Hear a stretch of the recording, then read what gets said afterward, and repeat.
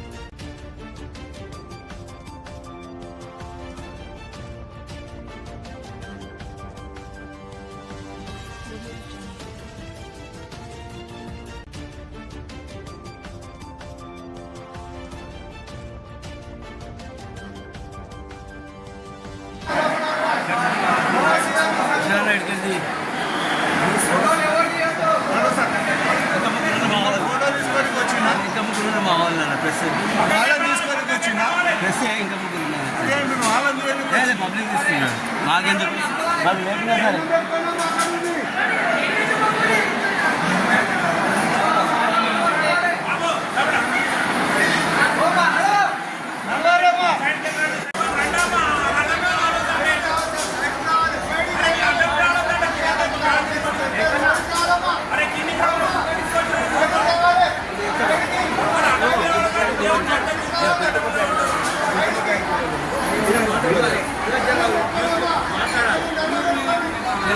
మాట్లాడాలి.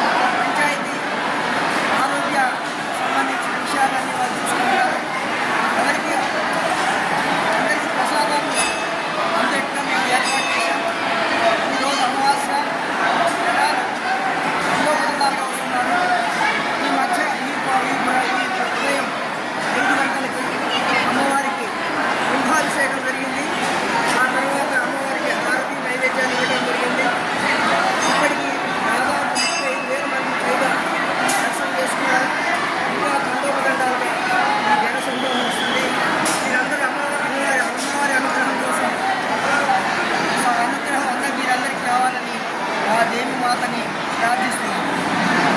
జై చాముండేశ్వరి. రాష్ట్రీయ స్వయం జోపేట శాఖ తరఫున ప్రతి సంవత్సరం ఈ సంవత్సరం కూడా అమ్మవారి సేవలో పాల్పంచుకోవాలనే ఉద్దేశంతో స్వయం సేవకులందరూ నడుము బిగించి కార్యక్రమానికి వచ్చారు. ప్రతి సంవత్సరము అమ్మవారి సేవలో తమకు తాము సంప్రేరణతో పూర్వకంగా సమర్పించడం కోసం స్వయం సేవకులు ఎలాంటి లాభాపేక్ష లేకుండా సంప్రేరణతో పనిచేస్తూ ఉంటారు.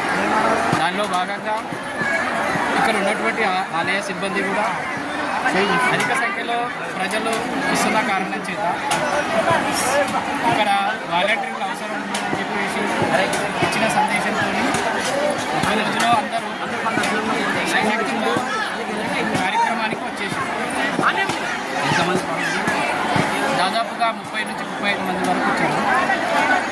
సాయంత్రం చివరి వ్యక్తి వరకు సేవ చేసుకొని వెళ్ళి ఏ విధంగా భక్తులకు అన్ని రకాలు ఎక్కడ ఏ ఇబ్బందులు లేకుండా ఎక్కడ పని ఉన్నా అక్కడ మేము పరిగెత్తడానికి సిద్ధం. ఎక్కడ ఏ లోటుపాటు ఉన్నా మాకు చెప్పండి, మాకు తీసుకెళ్ళండి, మేము పరిగెత్తుతాం.